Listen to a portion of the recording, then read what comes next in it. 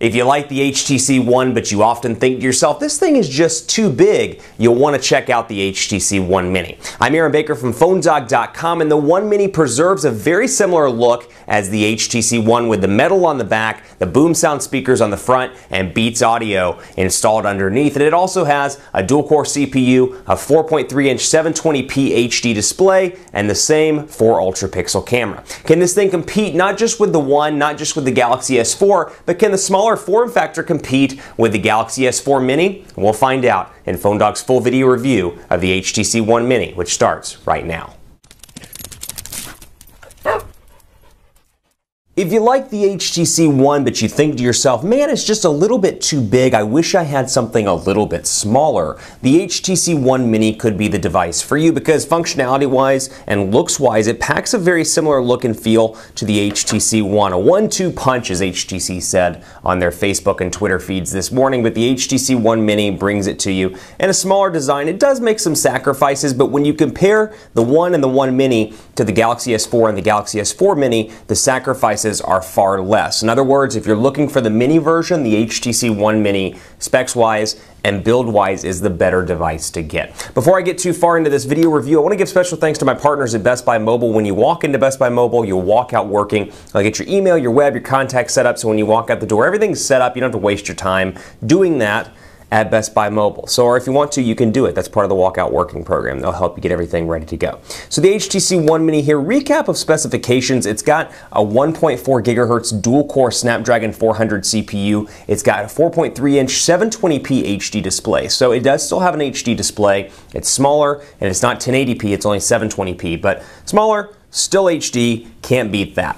4 ultra-pixel camera, it does not have optical image stabilization, but it still does bring the HTC Zoe capabilities to the table here. 1,800 milliamp hour battery, 1 gigabyte of RAM, boom sound speakers as you can see on the front along with a front-facing camera, and design language overall very similar. I should point this out, HTC made note that they pulled in some user feedback from the HTC One, and a lot of people did not care for the way the volume rocker worked on this device. The up and down button's a little bit harder to press, so HTC kind of pulled an Apple, if you will, with this, and not comparing it to the iPhone, obviously, but they pulled an Apple and kept the buttons separate so you could easily press up and down and not have to worry about that little weird gummy area in the middle, which is really nice. So again, really a good looking device here, and that's a sacrifice that they made in terms of RAM, a sacrifice obviously in the processor department and in the screen department, but you're getting an HD display here still at 4.3 inches, which I've really been pleased with in my time with this device. Also want to point this out, unlike the HTC One, you've got the metal build over here, there's kind of a plasticky look and feel here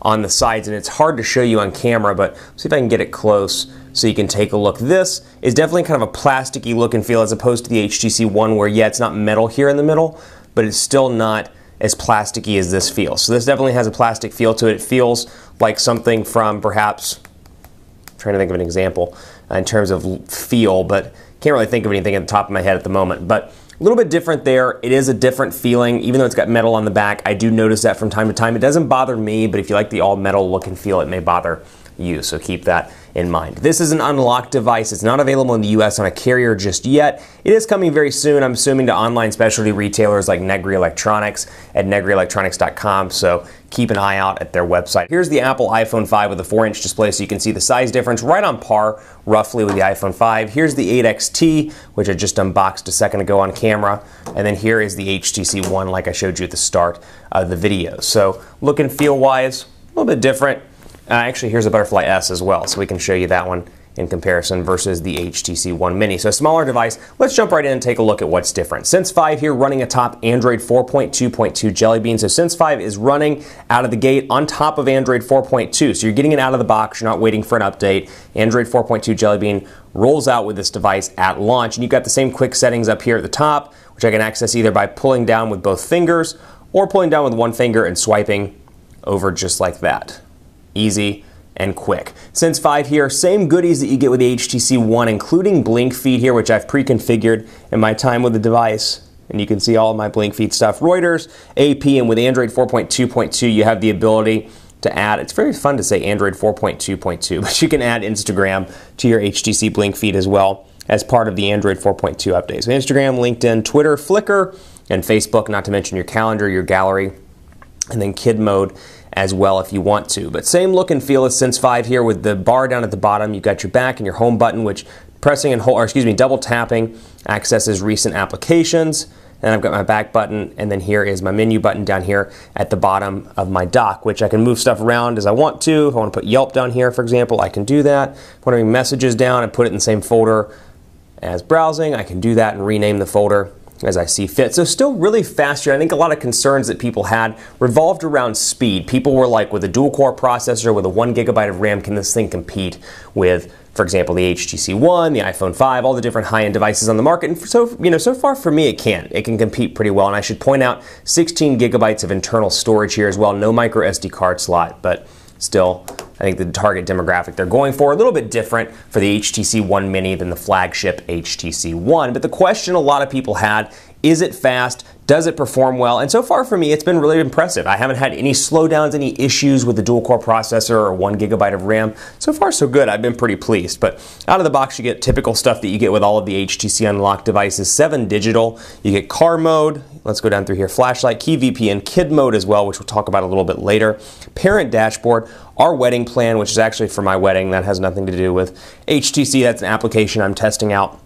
Then personal life, PDF viewer, and then you got TuneIn Radio, Yelp, which I installed myself, and then Google Plus integration as you would expect, Google Plus Messenger, Google Plus Settings, and Hangouts, which replaced Google Talk. Let's take a quick look at the keyboard here and see the differences there. Let me find my messages. Where'd I move those suckers around? There we go. 4.3-inch display again. Keyboard, a little bit hard for me to type just because I have pretty big thumbs, and you can see just my 2 thumbs kind of space the entire keyboard here. Much easier on the HTC One than it is on the HTC One Mini, but you've still got portrait and landscape mode. And again, just take a look at the speed here and day-to-day stuff. Pretty fast. I haven't really had any issues with speed.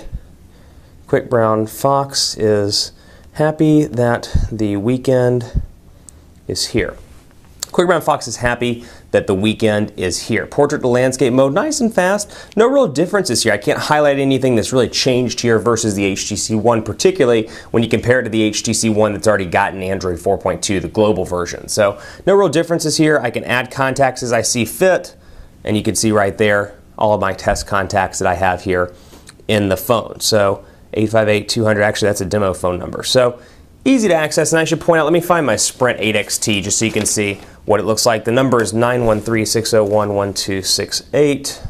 And so I can pull up and quickly, I was going to send a text message, but actually I decided against it. Never mind, not worried about it. Let's go into the camera here as well. 4 ultra pixel camera, no shortcut button on the side, but you do get all of the stuff, like I said, the Zoe capabilities here. So I can bring over the HTC Butterfly S. I'm going to do a quick comparison here. 4 ultra pixel camera.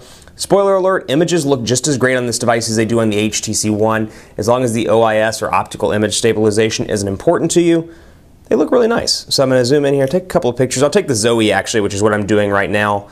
And I'll move it around. I'll take a Zoe, let's say, of my computer keyboard. I will take a Zoe of my external monitor.